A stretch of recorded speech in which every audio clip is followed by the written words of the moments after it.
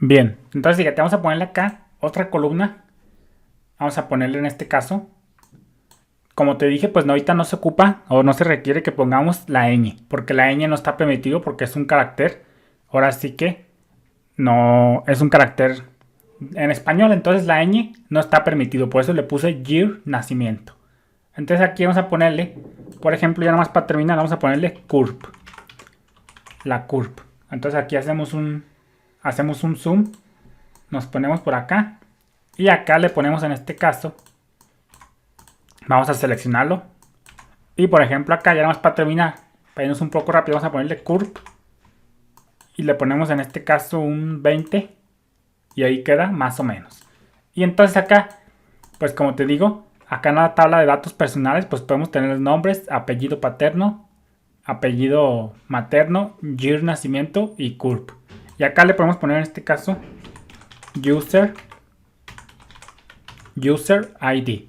Entonces si le vamos a comentar esto, vamos a ponerle por acá, ponemos acá user ID.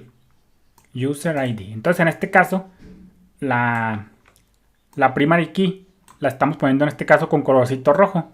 Entonces acá la primary key, en este caso, acá sería esta columna ID. Casi siempre se le pone como nombre ID, pero no es obligatorio. Y entonces acá le pondríamos un primary key, PK, la abreviación de primary key.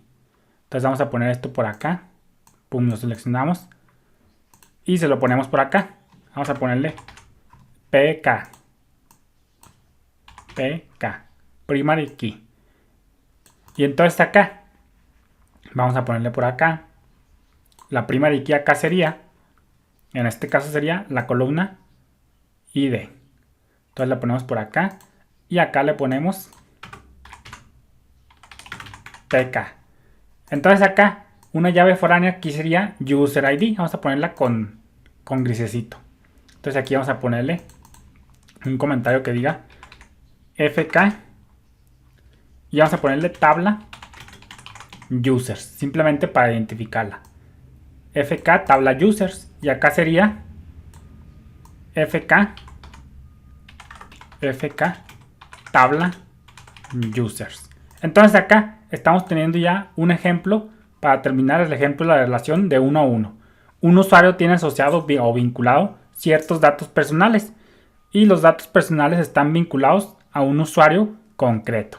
Entonces acá, por ejemplo, pues la tabla users ya la conocemos. Ya conocemos la estructura de la tabla users. Entonces nosotros podemos tener, por ejemplo, en este caso, podemos tener ID1.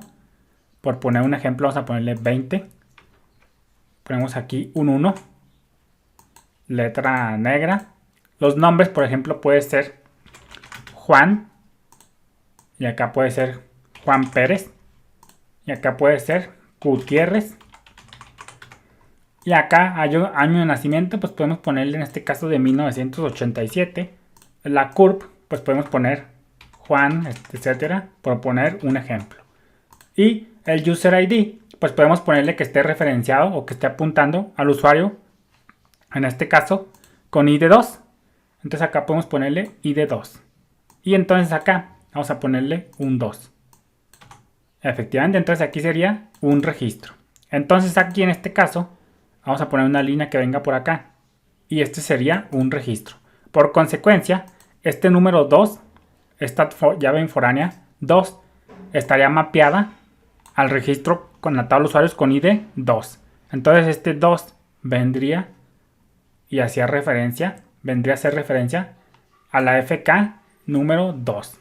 Entonces por eso te digo que, como dice la definición por acá, cada foreign key está mapeada a una primary key de otra tabla. Entonces este sería un ejemplo de ya una relación de 1 a 1. Y por ejemplo, pues como te digo, pues esto funciona porque fíjate, vamos a abrir la tabla de usuarios. La tabla de usuarios tiene la columna name, email, email verified, password, tiene remember token, tiene created at, tiene updated at y deleted at. Todo muy bien, pero si te fijas son puros datos para un sistema, para loguearse dentro de un sistema.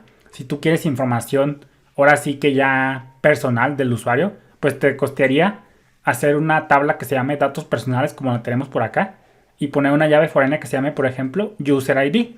Entonces, este es un ejemplo de una relación de 1 a 1. Sin embargo, como yo te dije, pues la relación de 1 a 1 es muy poco usada porque muchos prefieren, en vez de ser una relación de 1 a 1, muchos prefieren combinar los datos en una sola tabla. Por ejemplo, esto sería lo ideal, que tú tuvieras dos tablas para la información de datos personales y para los datos del sistema, pero también pues muchos optan por mezclar los datos en una sola. Por ejemplo, acá muchos lo que harían sería acá, por ejemplo, poner en este caso los nombres. Acá sería, por ejemplo, apellido paterno. Apellido paterno. Acá sería, por ejemplo, apellido materno. ¿Qué más pusimos? Pusimos el year nacimiento. El year nacimiento, que sea, por ejemplo, un int. Vamos a ponerle un int. Y, por ejemplo, sería la curve. Y, por ejemplo, pues ahí ponemos 45. Y acá pusiéramos user ID, que es un big int. Ponemos acá un big int. Vamos a ponerle por acá big int. Guardamos. Pum, guardamos. Y ahí se estaría creando nuestra tabla de base de datos. Sin embargo, pues fíjate cómo ya en este punto, si nosotros no optamos por una relación de 1 a 1, pues muchos lo que optan es por mezclar los datos en una sola tabla. Pero pues fíjate que esto es muy malo porque fíjate cómo la columna, la tabla users, ya se está haciendo muy larga. Tenemos ahora sí que ya muchas columnas, ya se está alargando un poco la columna. Por ejemplo, le estamos agregando otras 5 columnas. 1, 2, 3, 4, 5, 6. 6 columnas más. Entonces, como te puedes estar observando, la tabla users queda muy grande. Saludos.